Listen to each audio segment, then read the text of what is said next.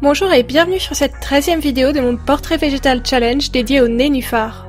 Les règles sont simples, dessiner un portrait par jour durant le mois de janvier. Que le portrait soit d'une femme, d'un homme, d'une fée ou de toute autre créature légendaire, il doit toujours être accompagné ou inspiré par la plante du jour. Et pour ne rien gâcher, j'ai décidé de vous faire partager ma progression de cette liste en publiant une vidéo par jour. J'espère réussir à aller au bout de ce défi. N'hésitez pas à y participer en même temps que moi ou à me soutenir en regardant, likant, partageant et commentant mes vidéos durant ce terrible marathon.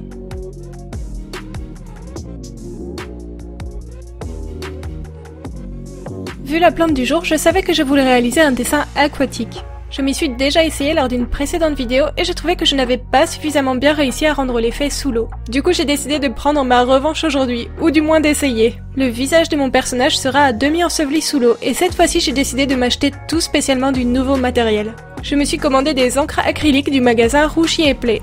Je sais que ça peut vous surprendre étant donné que je vous répète souvent que je déteste l'acrylique. Mais j'adore travailler avec les encres aquarelles et les encres acryliques ont un gros avantage sur les aquarelles. Une fois sèches, elles deviennent permanentes. Je devrais donc pouvoir recouvrir le visage de mon personnage avec du bleu sans réactiver la couche de couleur peau du dessous.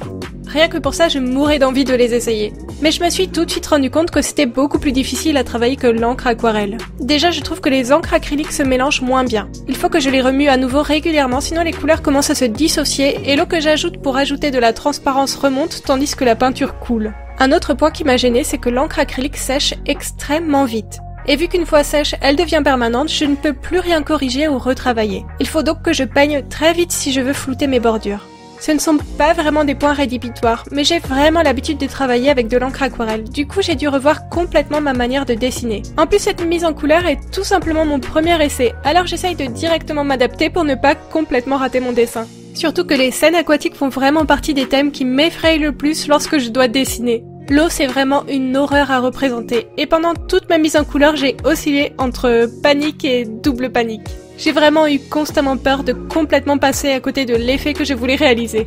Quand j'y réfléchis, j'ai quand même choisi de dessiner quelque chose que je ne maîtrise pas du tout avec du matériel que je ne connais absolument pas. Je dois vraiment aimer prendre des risques, sachant que quoi qu'il arrive, je n'aurai pas le temps de recommencer mon dessin.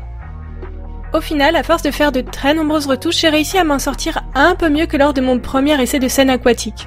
Mais il y a encore beaucoup de travail, parce que j'ai un peu manqué de recul tellement j'ai précipité ma mise en couleur. Et si je pouvais revenir en arrière, il y aurait bien 2-3 détails que je referais différemment.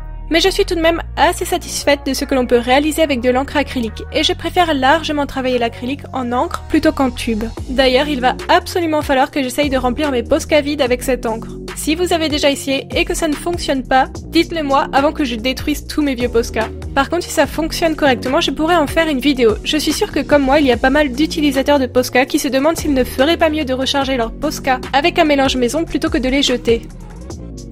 Je suis vraiment contente de m'être lancé ce défi. Il me permet vraiment de sortir de ma zone de confort, de tester plein de nouveaux médiums et surtout de dessiner plein de personnages. Je pense que j'en avais vraiment besoin. Ça fait depuis que j'ai repris sérieusement le dessin au début de ma chaîne YouTube que je ne suis pas satisfaite de ma manière de dessiner les personnages. Alors, ça me fait du bien de pratiquer un peu, je cherche mon style, mais surtout je casse le blocage que je m'étais fixé. Et je tenais aussi à vous remercier pour votre soutien. Cette série dédiée à mon portrait végétal challenge vous plaît plus que ce que je pensais. Ça m'encourage vraiment de voir tous vos commentaires et toutes vos réactions. Au final, grâce à vous, j'en suis au jour 13 et je n'ai pas perdu la moindre motivation. Honnêtement, j'ai pensé que ça serait plus dur que ça, mais je prends vraiment beaucoup de plaisir à dessiner ces 31 portraits.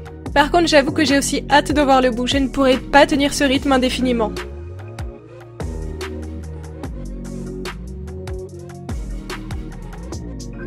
Merci d'avoir regardé cette vidéo jusqu'au bout. J'attends vos commentaires et abonnez-vous, likez, partagez, parlez-en à vos amis et participez avec moi au Portrait Végétal Challenge si vous êtes un dessineux dans l'âme. Et n'oubliez pas d'ajouter le hashtag dédié sur Instagram pour que je voie vos dessins. À demain!